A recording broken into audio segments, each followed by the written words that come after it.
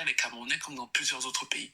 Mais, par exemple, il y a un récit national dans chaque nation. C'est-à-dire que la France s'appuie beaucoup sur le récit autour de la Révolution, de la République. C'est pour ça que dès qu'il y a quoi que ce soit en France, vous les voyez gréver, machin dans la rue et tout. C'est parce qu'en fait, c'est l'idéologie de la Révolution, de la République. C'est le récit national, en fait, français. Pareil, si vous êtes aux États-Unis, la réussite individuelle, le rêve américain, qu'on voit dans toutes nos vidéos, c'est-à-dire que ce sont des capitalistes convaincus, on va y arriver, ça s'inscrit totalement dans la société américaine. Le récit national camerounais est très particulier parce que ce n'est pas un récit basé sur la liberté. Non, c'est un récit basé sur le fait d'endurer. Le récit national camerounais s'inscrit sur l'endurance et sur le fait qu'on va survivre malgré tout. Et ça, c'est très particulier parce que ce n'est pas un récit qui est commun à tous les peuples africains non plus. C'est un récit camerounais, c'est-à-dire que le Camerounais s'inscrit en se disant, quoi qu'il arrive, même si au plus profond de tout et de tout, je vais survivre. Je tape les gens pour vivre.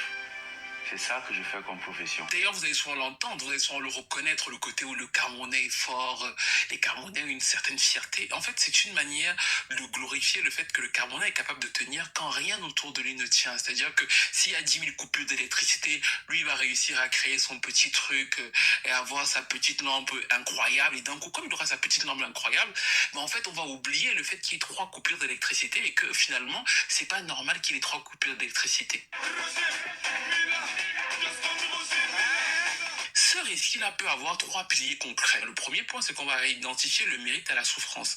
Ce n'est pas la chance ou la réussite ou alors les études qui vont faire en sorte que tu mérites quelque chose. C'est que plus tu vas souffrir, plus en fait, fatalement, tu vas mériter cette chose-là. Ça se traduit d'ailleurs par les expressions populaires que vous retrouvez au Cameroun. C'est-à-dire que les gens vont vous dire on va faire comment, Dieu va s'en charger, on est ensemble. Ce sont des manières, en fait, de justifier une sorte de fatalisme national. Mais ce qui est génial, et c'est peut-être pour ça que beaucoup d'entre vous connaissez des artistes camerounais, des sportifs camerounais, parce que ça irrigue de partout, c'est qu'effectivement, dans une extrême, quand vous mettez des êtres humains dans une extrême résilience, ben en fait, ils vont trouver le moyen d'avoir des épiphanies incroyables. Ils vont trouver le moyen d'avoir toujours, et c'est ce que le Cameroun réussit toujours à faire, d'avoir des talents ou alors des réussites sublimes. Vous allez voir Ngannou, vous allez voir Manu Dibango, vous allez voir que énormément de jeunes étudiants camerounais sont surdiplômés. Vous allez voir que les Camerounais réussissent à aller gagner aux Jeux Olympiques. Et c'est génial, en fait. C'est-à-dire que comment est-ce que ce petit peuple d'Afrique l'a réussi comme ça, à certains moments, à dépasser tout le monde et à avoir des réussites extraordinaires. Qui se qualifie pour les demi-finales olympiques et qui élimine le Brésil grâce à un but du Soudanais, Babi. Ça n'en revenait pas, le monde entier n'en revenait pas. Vous voyez, c'est marrant parce que même Lapiro, quand il se balade dans ses meetings, dit oui, mon pays a gagné les JO parce que ça fait partie du récit national et qu'il n'y échappe pas. Je suis Camerounais d'origine et de nationalité. Mesdames et messieurs, le Cameroun, mon cher et beau pays, est médaillé d'or olympique de football à Sydney, où il a battu en finale le Brésil. Il n'échappe pas à ce récit qui est construit parce que justement ça s'ancre totalement dans ce qu'est un récit national. La fameuse victoire d'ailleurs très célébrée du Cameroun aux Jeux Olympiques est le parfait exemple de ça. C'est-à-dire que tout le monde a été impressionné par ce qui s'est passé. Il y a un documentaire qui raconte ça et je me rappelle d'avoir vu ce documentaire quand j'étais très jeune et de l'avoir revu en 2012. Et quand j'étais très jeune, je trouvais ça génial et tout. Et en 2012, quand je l'ai revu, je me suis trouvé ce truc absolument scandaleux. J'ai trouvé ce truc honteux, mais d'une honte que j'ai jamais compris. Parce qu'à aucun moment de l'histoire, rien n'est logique. C'est-à-dire qu'ils ne sont pas payés, ils sont mal entretenus, ils ne dorment pas, ils ne savent pas, ils n'ont pas de prime. Donc en fait, quand ils vont jouer, ils ne savent même pas si on va leur donner une prime ou on va pas leur donner une prime. C'est-à-dire que c'est un bordel total et c'est dans un espèce de bordel total qui rend l'histoire du coup passionnante parce que les gens vont se dire, mais à la dernière minute, même si on les a maltraités et tout, ils ont gagné. Et vous vous dites, oui, c'est génial pour un film. Mais le problème, c'est qu'à la fin du film, le résultat ne change pas la trajectoire. C'est-à-dire que comme ils ont gagné en étant comme ça, ben en fait, la prochaine fois, on va pas s'améliorer. S'ils ont gagné en étant maltraités comme ça et en n'ayant rien, ben en fait, les prochains pourront gagner pareil. La réflexion ne va pas se faire dans le sens que vous pensez. C'est-à-dire que se dire qu'on va changer les infrastructures, on va leur donner... Non, on va se dire que, ben, en fait, si vous avez pu être capable de gagner avec ça, ben, la prochaine fois, vous allez encore avoir moins et on va voir ce que vous allez faire. Là, certains vont se fâcher et vous dire que je mens. Mais en vérité, ce que je viens de vous photographier, Mettez-la à l'échelle d'un pays et vous allez exactement comment fonctionne le système. Si on repart sur le sport, on avait par exemple Françoise Bango, qui était aussi une championne olympique et qui en fait se débrouillait quasiment toute seule pour aller gagner au 100 longueur aux Jeux Olympiques. C'est-à-dire qu'elle n'avait aucune infrastructure, pas de prime. Elle s'est plainte à plusieurs reprises de ne pas avoir de soutien, de ne pas pouvoir s'entraîner dans son pays. Bon, enfin voilà, alors que c'est une championne olympique. Et elle a fini effectivement par prendre la nationalité française. Quand elle a pris la nationalité française, il se trouve qu'elle a perdu. Je vais m'arrêter là. Je vais m'arrêter là et puis je vais caler la dernière minute là et puis après voilà, on va finir avec ça.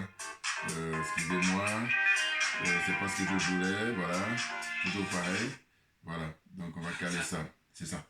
Bonjour à tous, Joubian, c'est mon surnom sur le net, je suis accessoirement, mais accessoirement seulement spécialiste de la France. En revanche, je suis un panafricain authentique, un panafricain convaincu et convaincant. On a la pêche, bien entendu. Il se trouve que quoi? Il se trouve que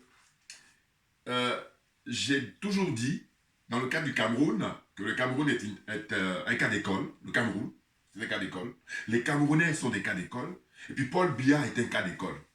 Je le dis, rappelez-vous, constamment dans mes vidéos. Et ce jeune homme-là, Steve, il s'appelle, je crois, eh bien, d'une certaine façon, il fait à 95 ou 98% ce que je disais. Voilà, il a étudié le cas de son pays d'origine. Incroyable. Donc il rend hommage à des grandes figures là, comme Anne-Marie Nzié, une très très grande dame de la chanson camerounaise, voilà. Et puis des gens comme Richard Bonnat, voilà. Aussi il rend hommage à Longue Longue, hein, le libérateur, le pauvre, voilà.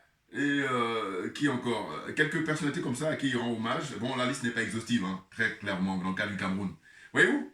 Donc là, ce dont il s'agit, c'est de se dire, mais ça fait tellement plaisir de voir que moi, naturellement, on ne se connaît pas, hein, Steve, là, le jeune homme, on ne se connaît pas. Mais simplement, c'est récemment, là, comme ça, j'ai eu le lien, et je me suis dit, ben tiens, waouh! Si je disais que les Camerounais étaient un cas d'école, les Camerounais sont des cas d'école, et puis Paul Biya est un cas d'école, et là, il en parle d'une certaine façon, pas à 100%, mais en tout cas, on est à 95% de mon point de vue, à peu près. Voilà. Mais c'est pas mal, bien entendu. Le Cameroun, aujourd'hui, qu'est-ce qui se passe? Ben, Monsieur Chiroma avait lancé un ultimatum à M. Biya, et cet ultimatum est tombé comment dire, le mardi soir, mardi à minuit. Aujourd'hui, nous sommes le mercredi 13 novembre 2025, et puis pour l'instant, c'est silence radio, donc on ne sait pas trop. Et ce qui se passe, c'est chacun de nous, en tant qu'Africains, on est au 21e siècle, et comme j'ai dit dans mes vidéos précédentes, je dis qu'on assiste à la sorcellerie comme ça, à ciel ouvert, que ce soit au Cameroun ou en Côte d'Ivoire, où des gens font un braquage électoral et tout le monde est témoin et tout le monde fait. Alors, en ce qui concerne les Occidentaux, c'est-à-dire que les partisans, les militants, comment dire ça, de l'OTAN, là, hein, les adeptes de l'OTAN, eux, ils en ont cure. Parce qu'en fait, on n'est jamais trop bien servi que par soi-même. Donc, c'est à nous de nous libérer. Et je dis donc, je rappelle que nous avons une chance extraordinaire d'avoir les pays de l'AES, avec le drapeau, là. Voilà. Parce que 3 pays comme ça qui se mettent ensemble, hein, qui se retrouvent pour nous libérer, mais c'est sans précédent. Puisque auparavant, il y a eu des tentatives et qui ont toujours été avortées, qui ont toujours été, comment dire ça, éteintes dans l'œuf. Hein, les grands leaders, hein, nos, comment dire, dévanciers, hein, on pense à Modibo Keïta, on pense à Amilcar Cabral, on pense à, comment dire, monsieur, Ahmed Sékou Touré, hein, Nasser d'Égypte, Patrice Emery Lumumba, hein, Thomas Sankara, la liste, vous voyez, les pères de l'indépendance, ceux qui vraiment ont sacrifié de leur vie hein, pour notre dignité, pour notre honneur. On ne doit jamais se lasser de les saluer, naturellement. Et aujourd'hui, ils ont leurs enfants, leurs petits-enfants qui sont à la manette, que sont le général Tchani hein, au Niger, le capitaine Ibrahim Traoré au Burkina Faso et le général Assimi Goïta et ses compagnons de lutte au Mali. Vous voyez? C'est extraordinaire. Du coup, on se dit, mais que font les militaires des autres pays là? Les militaires patriotes, bien entendu. Et donc, je ne vais pas m'empêcher de revenir maintenant sur le cas de le rappeur camerounais Valsero. Pourquoi je reviens sur lui? C'est que vous avez constaté que j'ai montré quelques extraits de ses interventions précédemment. Et quand je montrais ça, c'était le fait qu'il soutient l'idée que Paul Biya doit partir. Et donc, il est pour que le peuple puisse se libérer. Voilà. Donc, c'est dans cette démarche-là que je lui apportais mon soutien. Sauf que le constat que je fais, c'est que lui, il va trop loin dans les critiques qu'il peut apporter au panafricanisme en général et au panafricain en particulier. Et du coup, il est vulgaire, hein, il traite Madame Niam de panafricaine et tout. Alors, c'est vrai qu'il y a un problème entre Camerounais. Donc, on en revient encore à ce que j'ai dit précédemment en disant que les Camerounais sont des cas d'école. Voilà. Hein, parce que vous avez un pays comme ça qui est doté d'énergie, hein, ressources humaines d'abord, et ensuite l'énergie au niveau sous-sol et sol et tout ça. Vous voyez? Mais je dis même que quand je les observe, les Camerounais, je dis voilà, c'est un trop plein d'énergie. Maintenant, quand on a eu l'expérience de Paul Biya, eh ben, ça part dans le décor. Là, c'est dans la moindre mesure. Ce n'est pas dire dans l'obscurantisme total, et bien entendu.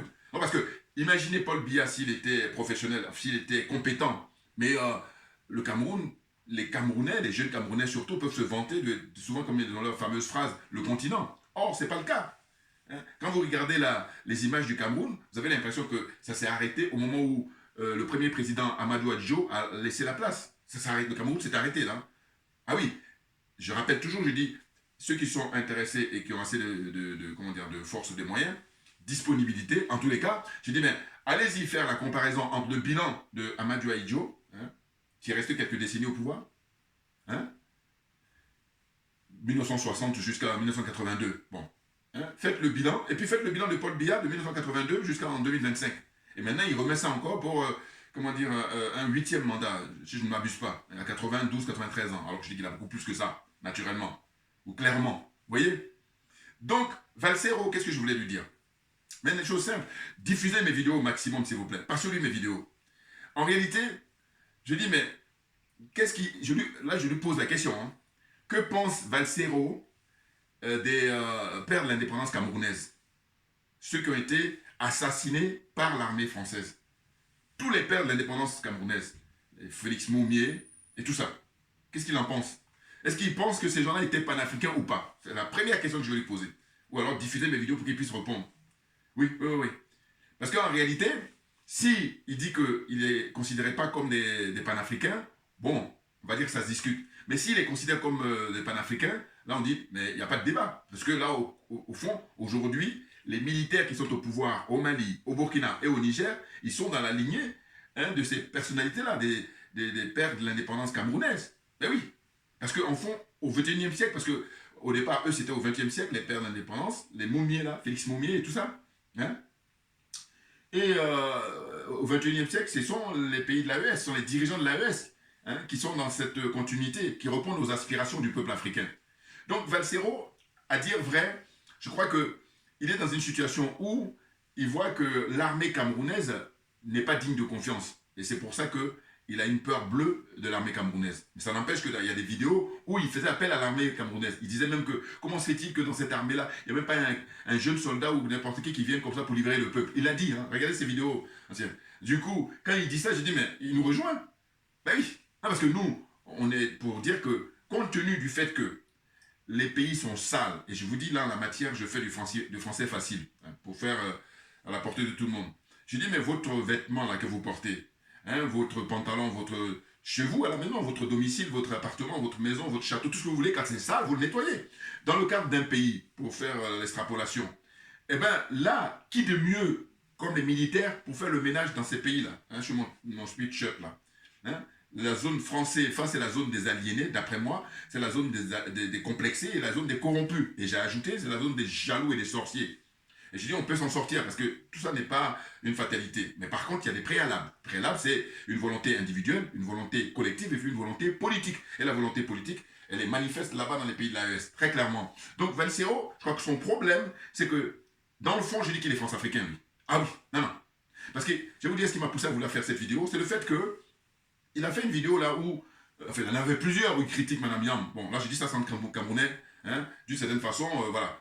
Et je dois dire que quand il avait critiqué auparavant le professeur Niamsi, j'étais totalement d'accord avec lui. Parce que je dis Niamsi, je lui ai toujours reproché, je dis c'est son acquaintance et son amitié, ses liens très forts avec Guillaume Soro, même aujourd'hui encore. Voilà. C'est ce que je dis, donc c'est non négociable. Et d'ailleurs, j'ai prévu de faire une vidéo là, pour rendre hommage à une très très grande dame. J'en ai déjà fait, mais là, ça va être la 4e vidéo que je fais pour lui rendre hommage, ce serait Madame Keïvao Martin. Oui, parce que j'ai regardé une interview qu'elle a donnée au mois d'avril dernier, avril 2025, mais c'est époustouflant et c'est vraiment extraordinaire parce que là, elle apporte beaucoup d'informations et c'est C'est extraordinaire. Alors, j'aurai l'occasion de revenir là-dessus.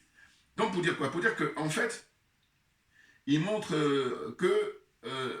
il y a des jeunes Camerounais, au lieu de se battre pour leur pays, eh ben, ils vont se faire recruter en Russie. Et du coup, il accuse Mme Yang et M. Niamsi d'être responsables de ça parce qu'eux, ils sont pro-russes.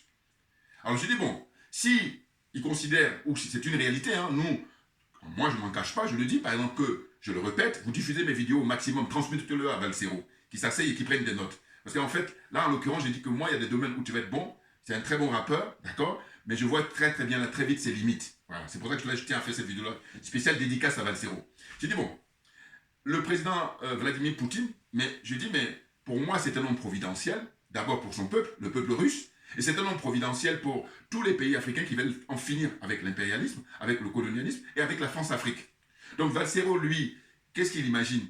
En fait, on a déjà l'expérience, on a déjà le bilan de la France, on a le bilan des adeptes de l'OTAN. Et lui, il trouve que ce n'est pas suffisant. Bon, chacun est libre. Mais sauf que, à ce jeu-là, je dis que on garde les images, on les garde très bien, on les supprime pas. Et il va voir que ses enfants et ses petits-enfants, mais quand le moment viendra, ils vont lui faire asseoir dans le canapé en disant « Assieds-toi et puis regarde là ce que tu as fait comme erreur. » Alors là, je suis sûr qu'il va faire le coup de « Oui, vous savez. » Non, non, non, c'est rien du tout. Parce qu'en fait, c'est une question de domaine. Voilà. C'est trop sérieux. Et que par conséquent, il faut faire attention dans les critiques qu'on peut apporter. Comment tu peux dire que les jeunes Camerounais qui sont recrutés pour aller se battre en Russie et que c'est les panafricains qui en sont responsables? Ça veut dire quoi? Alors, a contrario, je dis ce qu'il oublie ou ce qu'il ignore, c'est que du côté des adeptes de l'OTAN, c'est-à-dire pour l'Ukraine, eh bien, il y a beaucoup de jeunes Africains qui vont là-bas aussi, qui meurent, hein, parce que les recruteurs ukrainiens sont venus, hein, même M. Alassane Draman Ouattara, il ne s'est pas gêné, hein, il n'y a pas que lui, et lui entre autres, et qui ne se cache pas, pour recruter des jeunes Africains pour aller se battre en Ukraine. Est-ce qu'il sait ça, Valsero? Et s'il ne le sait pas, diffusez mes vidéos. Vous voyez? Alors, ce que j'aime toujours chez les gens, c'est qu'il y a très souvent de la mauvaise foi. Vous voyez? Et lui, il est dans l'obsession comme ça d'être contre les militaires qui ont pris le pouvoir. Alors que les militaires qui ont pris le pouvoir, la France qu'il pourrait considérer comme référence, mais la France, à général de Gaulle, qu'est-ce qu'il dit? La France a eu le général Leclerc, la France a eu Napoléon, ce sont des militaires. Qu'est-ce qu'il dit? Qu'est-ce qu'il me répond? C'est des gens, c'est des grandes figures hein, de l'histoire française, à travers les siècles. Et maintenant, quand on va en Afrique, on va prendre Thomas Isidore Sankara. Il faudra demander à, à M. Valsero, qu'est-ce qu'il pense de Thomas Isidore Noël Sankara? Premier point. Lui demander également qu'est-ce qu'il pense de John Jerry Rawlings, ancien président du Ghana. Et c'est grâce à John Jerry Rawlings du Ghana que la démocratie aujourd'hui est effective au Ghana. Je répète, c'est grâce à John Jerry Rawlings, hein, officier de l'armée de l'air du Ghana, c'est grâce à lui que la démocratie est effective au Ghana. Donc, demandez à Valsero, est-ce qu'il est au courant? Et s'il est au courant, qu'est-ce qu'il en pense? Voilà. Je ne vais même pas m'étendre très longtemps, mais parce que je me suis dit, mais qu'est-ce qu'il raconte? Qu'est-ce qu'il raconte? Tellement, ils sont dans une espèce de, comment dire ça, une haine entre Camerounais. Alors, parce que lui, évidemment, où je le soutiens, c'est qu'il faut que Paul Biya parte. Paul Biya n'a plus sa place, parce qu'il a fait trop de mal au peuple africain en général, et le peuple camerounais en particulier. Je suis d'accord avec lui, mais par contre, il faut faire attention, parce qu'en réalité, ce dont il s'agit, c'est de dire qu'aujourd'hui, même à travers l'histoire, la Russie, les Russes, les Soviétiques, ils ont participé à aider l'Afrique en permanence. Il faut prendre le bilan des Russes et il faut prendre le bilan des adeptes de l'OTAN. Et je me dis, mais comment ça se fait quelqu'un comme lui, qui est cultivé, qui est instruit, comment ça se fait qu'il est aveuglé comme ça à dire n'importe quoi? C'est dingue. Je vous dis, c'est ça qui m'a poussé. J'ai dit, mais non, mais il faut arrêter à un moment donné. Comparaison. Il y a eu le recrutement en Ukraine des Africains, hein, des Africains en général, pas seulement les Camerounais. Et puis, quand je dis Africains, c'est les Camerounais, les jeunes Camerounais, y compris en Ukraine. Et lui, il s'attarde simplement sur le cas de la Russie, tellement il a la haine vis-à-vis de la Russie. Et je trouve que c'est ringard aujourd'hui, à l'heure de l'Internet, à l'heure des réseaux sociaux, hein, de ne pas comprendre les enjeux concernant, comment on appelle, le soutien que nous apporte la Russie à travers l'histoire. C'est-à-dire que même on nous dit quoi? On nous dit que pendant, comment on appelle ça, le partage du gâteau par les Occidentaux, lors de la conférence de Berlin, qui a duré 4 mois, 1884 jusqu'en 1885, c'est-à-dire commencé en novembre, c'est fini en février, ouais, novembre 1884, et jusqu'en février 1885. Et pendant ces 4 mois, ils se sont fait plaisir, ils ont pris une carte, ils l'ont découpée, ils l'ont mis sur la table, et puis ils ont dit, voilà, ça c'est pour nous, ça c'est pour nous, les Anglais, les Français, hein, les Espagnols, les Portugais, ainsi de suite, hein, les Belges, ouais, par exemple. Donc là, ils se sont fait plaisir. Et les Russes étaient témoins, étaient présents. Donc ils auraient pu eux aussi participer à la fête. Mais ils se sont gardés parce qu'eux, ils estiment qu'ils ont déjà assez de ressources chez eux, donc ils n'ont pas besoin d'aller emmerder comment on appelle ça, les Africains. Premier point. Deuxième point, lors de les guerres de libération, c'est-à-dire pendant les années 60, d'ailleurs, j'encourage Valsero, il faut lui diffuser ma vidéo, qu'il aille regarder un documentaire qui vient de sortir là, il y a maintenant plus d'un mois, et qui s'appelle Coup d'État sans Stract. Coup d'État sans Stract, si je ne me trompe pas au niveau du titre. Voilà. Coup d'État, c'est sûr, et sans Stract. Voilà. Voilà. C'est sorti là il y a plus d'un mois. Exceptionnel. Et là encore, qu'est-ce qu'on voit? Le réalisateur rend hommage justement aux Russes. Et c'est pour ça même que les adeptes de l'OTAN, notamment en France, ils sont très gênés. Et ça fait sale comble. Hein. Moi, quand j'étais le voir, j'ai dit les gens étaient assis par terre. C'était diffusé, même je crois que jusqu'à présent, paraît-il, il est encore diffusé, hein, ceux qui sont à Paris, à Châtelet-Les-Halles. Alors, parce qu'il n'y a pas beaucoup de copies. En France, je crois qu'il n'y a que 3 copies. Donc, une copie à Paris et puis en province, 2 autres copies. Voilà. Donc, coup d'État, ça s'appelle un coup d'État sans Stract. Et on voit là des images très fortes. À l'époque où, j'en avais déjà parlé, hein, mais je me dis, mais il a cette phobie, là, cette haine là vis-à-vis des Russes, mais qui n'est pas justifiée. Mais oui, ça sombre dans la mauvaise foi ou dans l'ignorance. Dans ce cas-là, je dis, assieds-toi, prends des notes. D'ailleurs, il a beaucoup d'humour, parce que lui, quand il fait ses vidéos, il explique qu'il se prend pour le père, hein, et puis il a sa salle de, comment on dit ça, consultation, voilà. C'est pas mal comme rapport d'ailleurs pour le Cameroun. Hein, ouais. Non, parce que c'est une question de moyens. S'il y avait les moyens, eh ben, figurez-vous que 43 ans de Paul Biya, mais il y a besoin de beaucoup de moyens pour aider les gens, pour pouvoir, je parle des vivants, hein, bien entendu, malheureusement, parce que les pauvres qui ont payé le prix, hein, parce que la misère, hein, n'ont pas eu les moyens de se nourrir, n'ont pas eu les moyens de se soigner, hein, durant tout ce règne de Paul Biya. Et là, ça continue encore en 2025, des gens qui sont là pour le soutenir, pour continuer cette forfaiture, cette escroquerie, c'est du viol. Viol physique et viol mental de l'Africain en général et du peuple camerounais en particulier. Ce qui est aussi le cas pour M. Alassane Dramane Ouattara en Côte d'Ivoire. Voyez-vous? Donc je dis, mais qu'est-ce que c'est que ces gens-là qui sont dans une situation où il fut un temps où il n'y avait pas Internet, hein, où il n'y avait pas encore la révolution numérique, passe encore. Mais aujourd'hui, on a suffisamment de moyens. Et d'ailleurs, lui-même, il se paye le luxe de faire ces vidéos-là comme ça dans la journée. Il peut en faire au moins 10-15 vidéos, au moins. Puisque lui, ces vidéos ne durent pas très longtemps, mais au total, là, ça peut aller à 2, 3, 4 heures de vidéos au quotidien pour parler de l'actualité camerounaise principalement. Parce que lui, pour le coup, c'est pas un panafricain, il ne s'engage pas. Bon, au moins, les choses sont claires. Mais, de grâce, qu'ils ne disent pas n'importe quoi. Parce que, faut se rappeler, dans l'histoire, qu'est-ce qui s'est passé? À chaque guerre de la France, ils ont eu recours aux Africains. Hein? Général Mangin, c'était dans les années 1800, enfin au 19e siècle. Et ensuite, Première Guerre mondiale. 14-18, Deuxième guerre, 39-45. Hein?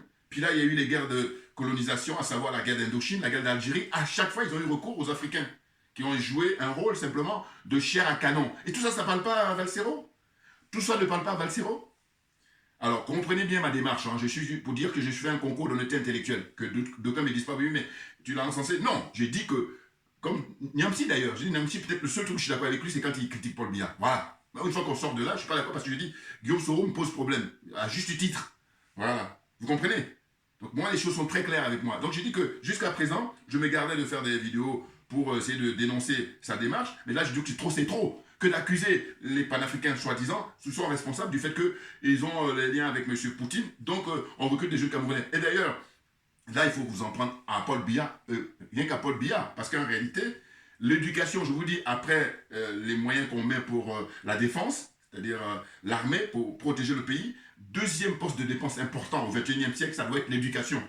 Parce que, regardez les conséquences. Il y en a plein, je vous dis, qui ne savent même pas la notion de qu'est-ce que c'est que le civisme, qu'est-ce que c'est que l'instruction civique, qu'est-ce que c'est que être patriote. Ils ne savent rien du tout. Ils font le malin en apparence, mais que dalle. Parce que je dis, il y a la théorie et la pratique. Dans la pratique, montre-nous. Et c'est dans la pratique qu'on vérifie que non, c'est du bluff, c'est tout, mais pas ce à quoi il ne répond pas à ce à quoi on s'attend. Clairement. Vous voyez?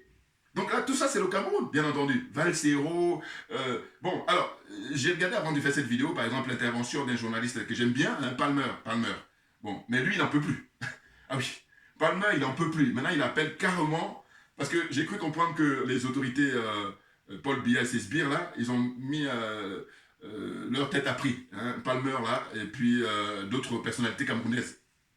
Et eux, quand ils ont appris ça, ils ont dit, bon, nous maintenant, on met à prix les personnalités du Cameroun. Ils ont cité les noms. Et là, ce qu'il a dit, dans la vidéo que j'ai regardée, là, qui est de il y a 2 jours, mais il dit carrément que là, ils vont rien lâcher au point où, jusqu'à présent, ils jouaient les Pacifiques, mais maintenant, là, ils sont prêts pour la lutte armée. C'est-à-dire qu'ils vont amasser beaucoup d'argent que veulent envoyer les Camerounais de la diaspora, hein, et pour aller en finir avec le régime de Paul Biya. Tout simplement. Et donc, il dit, dans les jours qui viennent, ils vont donner les noms des personnalités qu'il faut dégommer. Il dit, voilà, on vous donne 500 000, et puis vous allez dégommer. Regardez, ça, c'est le Cameroun aussi. Parce que dites-moi, hormis le Cameroun, en Afrique, quel autre pays est dans cette situation-là? Dites-moi. C'est ça. Et je vous dis, je répète encore, le Cameroun est un cas d'école, Paul Biya est un cas d'école, et les Camerounais sont des cas d'école. Maintenant, moi, j'en appelle aux gens honnêtes. Parce que je dis, les gens qui sont malhonnêtes, les gens qui sont jaloux, j'ai pas le temps. Je n'ai pas le temps. J'ai de l'énergie pour autre chose, clairement. Mais bien entendu. Donc, voyez-vous? Donc là, je vous dis, c'est un trop-plein d'énergie. Et dans n'importe quelle situation, quand il y a un trop-plein, la difficulté, c'est de la canaliser. Voilà. Et je crois que Paul Biya, les 43 ans au pouvoir, voilà les dégâts. Ce sont les dégâts, hein. Donc on parle de leurs mœurs. Ah, c'est de la démence. C'est-à-dire qu'en fait, on explique, et puis ça revient souvent, là je vais en parler maintenant, mais c'est pas maintenant que je le sais, hein, mais je vais en parler parce que un tel, j'ai même appris par Palmer qui disait qu'il y a un monseigneur, un homme d'église, qui a été sodomisé par les gens de Paul Biya. C'est-à-dire la violence comme ça à toute épreuve, physiquement, moralement, tout ce que vous voulez. Et ça, c'est pas quelque chose qui est isolé, hein. C'est dingue de chez dingue. Et ces gens-là, ils sont tranquilles dans leurs bottes et ils ont des soutiens. Et ça, moi, vraiment, je dis qu'eux, ils fassent ce qu'ils ont à faire, c'est une chose. Mais c'est les soutiens. Et les soutiens, ceux qui ne savent pas grand-chose, passent encore. Mais il y a des gens qui savent et donc ils font la connaissance de cause. Donc, quand le moment viendra, mais il faudra juger tous ces mondes-là individuellement et ça soit retransmis aussi bien par écrit que visuel pour les générations à venir. C'est très important. Sinon, on sera amené à revivre. Clairement. Voyez-vous?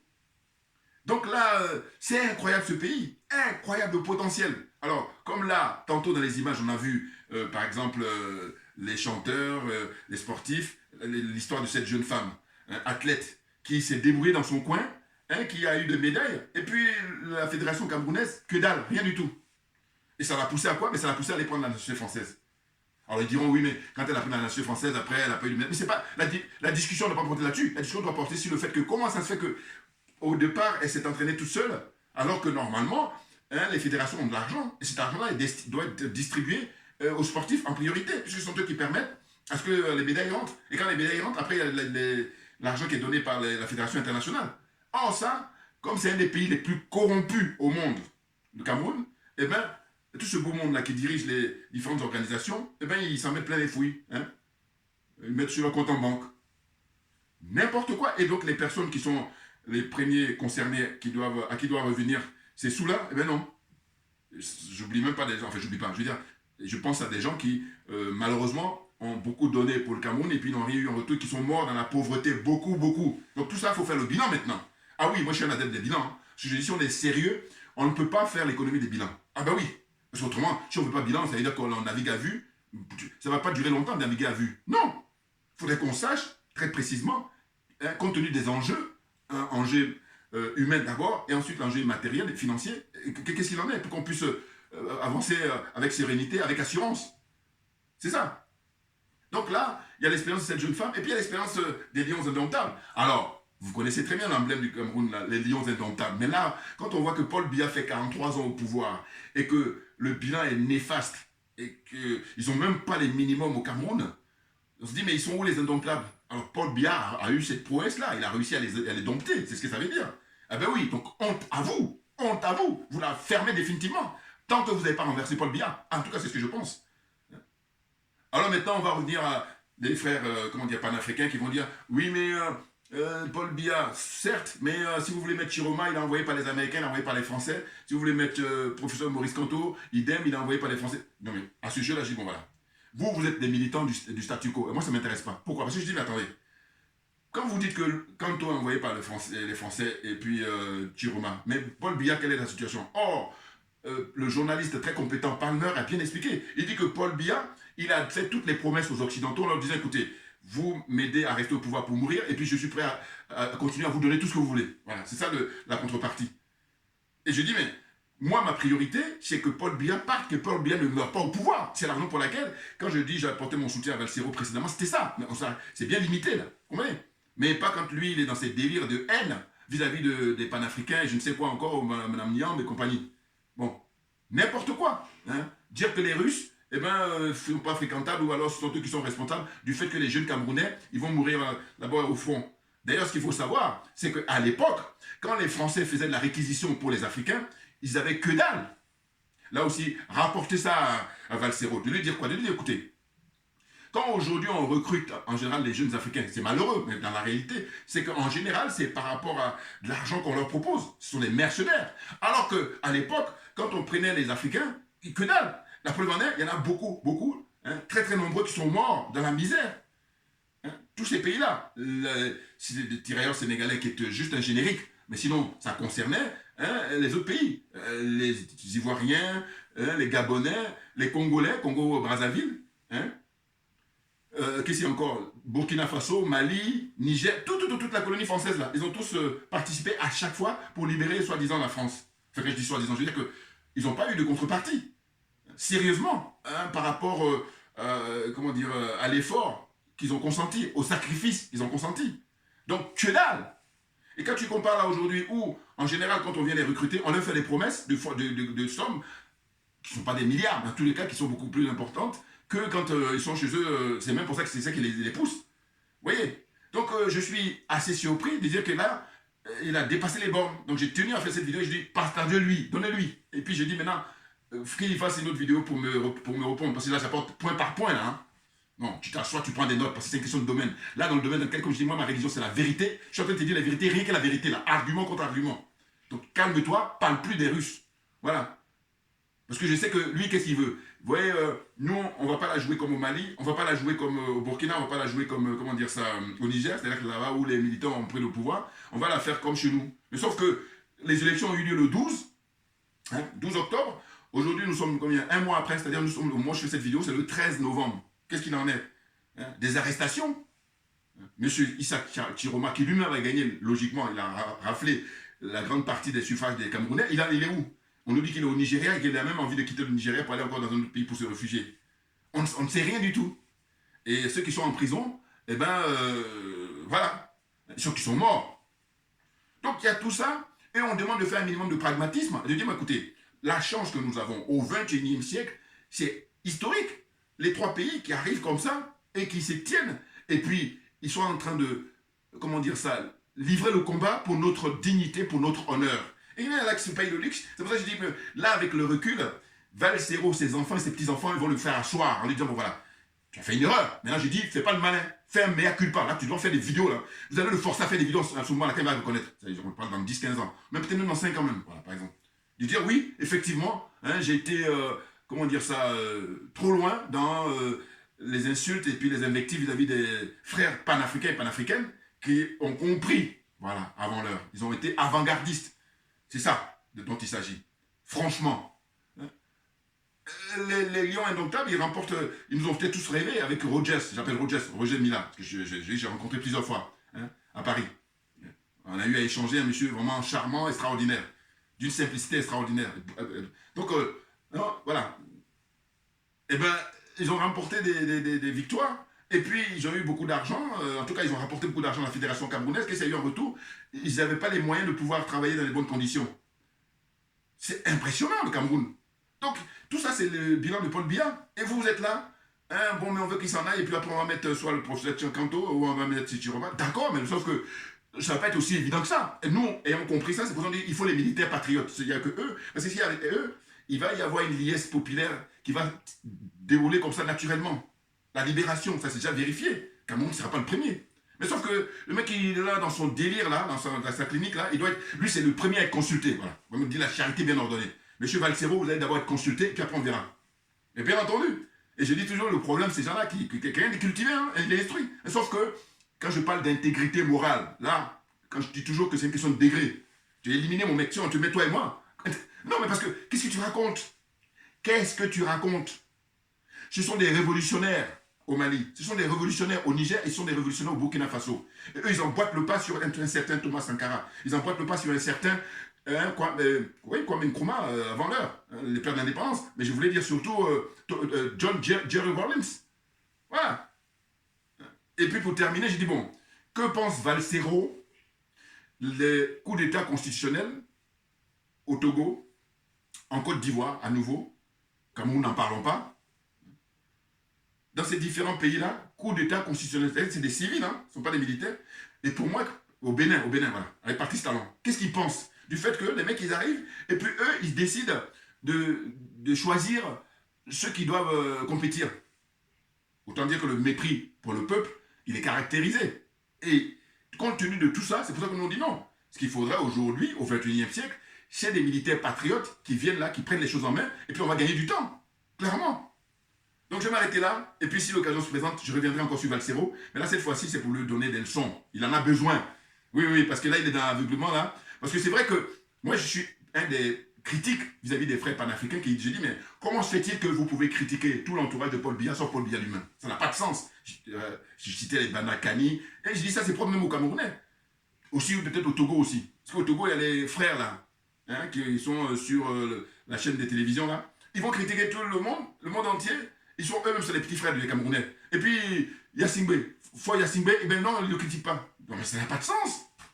Voilà, donc c'est pour ça que je parle d'intégrité morale. Parce que quand on a intégrité morale là, tel que nous là, tu es Alassane Ouattara, Darman Ouattara, on dit voilà, allez, même à critiquer le président Gbagbo.